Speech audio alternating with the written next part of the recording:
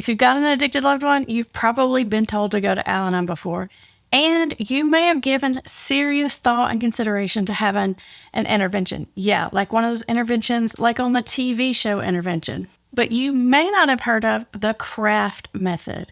Yes, CRAFT, C-R-A-F-T. That stands for Community Reinforcement and Family Training. The CRAFT method is actually 3 times more effective than an intervention for getting an addicted loved one into treatment, which is why I want to explain to you why it's so much more effective, how it works, and how you can get access to the CRAFT method training. For those of you who are new here, welcome to Put the Shovel Down. I'm Amber Hollingsworth, and this YouTube channel is all about helping you understand the science and psychology of addiction so you can get your family and your life back on track. Get back out there and live the life that you want to live. I want you to know you are not powerless. You do not have to hit rock bottom, and there are many things you can do to help an addicted loved one. If you want to be back in control of your life, subscribe to this channel and I'll make sure you are always 5 steps ahead of addiction. So let's take a look at the most strategic, most effective model at getting an addicted loved one to get help. Unfortunately, you just don't have that many options when you have an addicted loved one. Yeah, you've got Al-Anon, which is actually pretty helpful at teaching you how to take care of yourself and get yourself off what I call the roller coaster.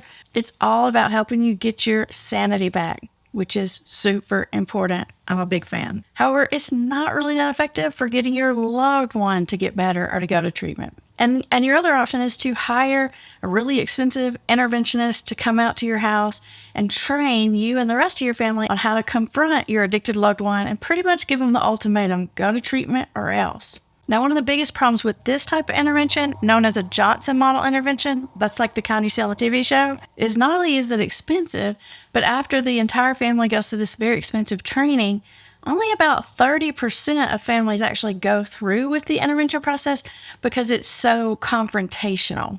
So I kind of feel like the Al-Anon approach is a little bit too passive and the Johnson model approach is maybe a little bit too confrontive, although I do think there's a time and place for both of those. For example, if you have a loved one who's in imminent danger of killing themselves or someone else because of their substance use, then I say go for the Johnson model intervention because time just isn't on your side and you need to do what you can. But if you're really looking to get results, not only for your loved one, but for yourself, then I think CRAFT model is the way to go.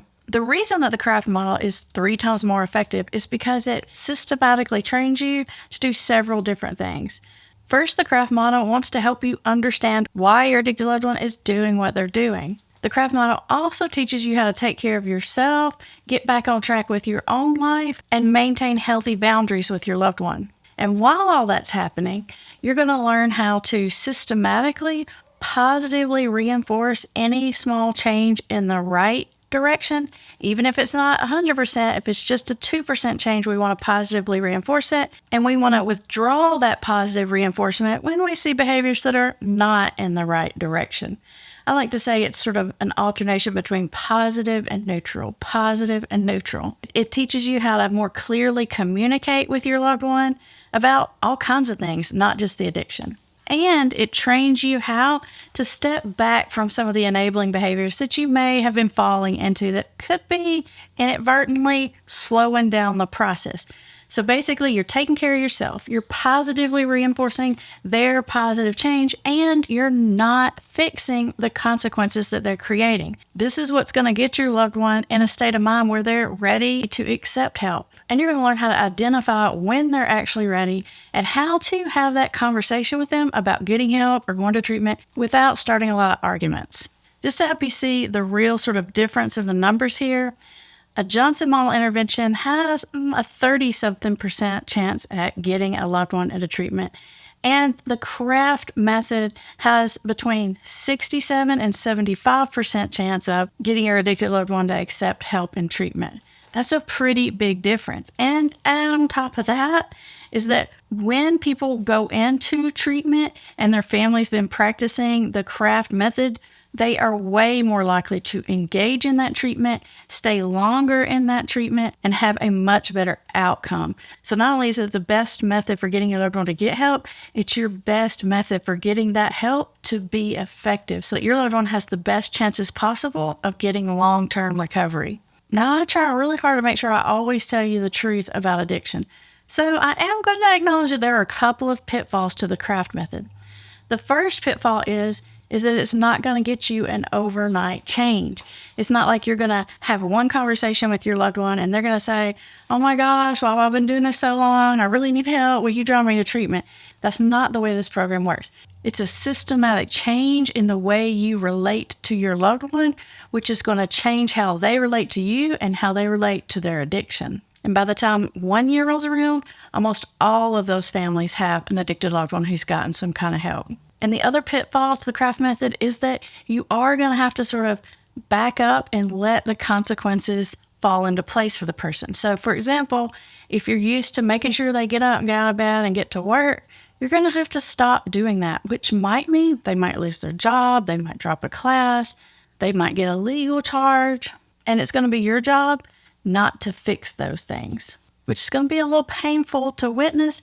And your loved one may get a little resentful towards you when those kind of things happen. But overall, because you're nurturing the relationship and you're stepping back out of the way, your loved one will eventually figure out, hey, this is on me. I created this mess. The craft method is definitely your long-term game plan. Even if your loved one's already in treatment, if you get trained in the craft method, your loved one is more likely to maintain their recovery, stay engaged in treatment, and again, have a better outcome. Now, some of you are thinking, okay, how do I get trained in the craft method? I'm actually going to give you a few ways. I actually teach this method in an online course that I created called The Invisible Intervention. Yeah, because it's like an intervention that happens behind the scenes that nobody even knows is happening. That's why it's the invisible intervention. So I teach all the steps of the craft method inside that program. In addition to that, I also teach you the counseling methodology for helping a person come to terms with their addiction, get out of denial, and ultimately get sober. And that method is called motivational interviewing. It kind of goes hand in hand with the craft method. The philosophies are the same. Not only are you going to be getting all the best family training, but you're actually going to be getting the counselor training, which is really going to help you navigate those difficult conversations and learn exactly what to say when they say things like, well, I don't want to change, or this is just the way I am, or it's not really even hurting anybody. You know, all those things you've heard before. Motivational interviewing shows you how to find your loved one's core motivations and pull them forward versus trying to tell them why they need to change. Because as you could imagine, it's a lot better if it comes from them. And inside the Invisible Intervention, we teach you how to understand all the different kinds of treatment, including all the different kinds of medications that are used in addiction recovery, so that you can be making decisions behind the scenes about what types of options might be best for your loved one. Because if you do this right, your loved one is going to say to you that they're ready to change and they need to get some help, and you need to be prepared with some options for when that happens. In fact, I just got an email this morning from somebody we've been working with, I don't know, maybe like 6 weeks or so. Now, the subject line of this email said, good news, lots of change talk. And change talk's what we call when someone starts to verbalize to you that they're ready to make a change.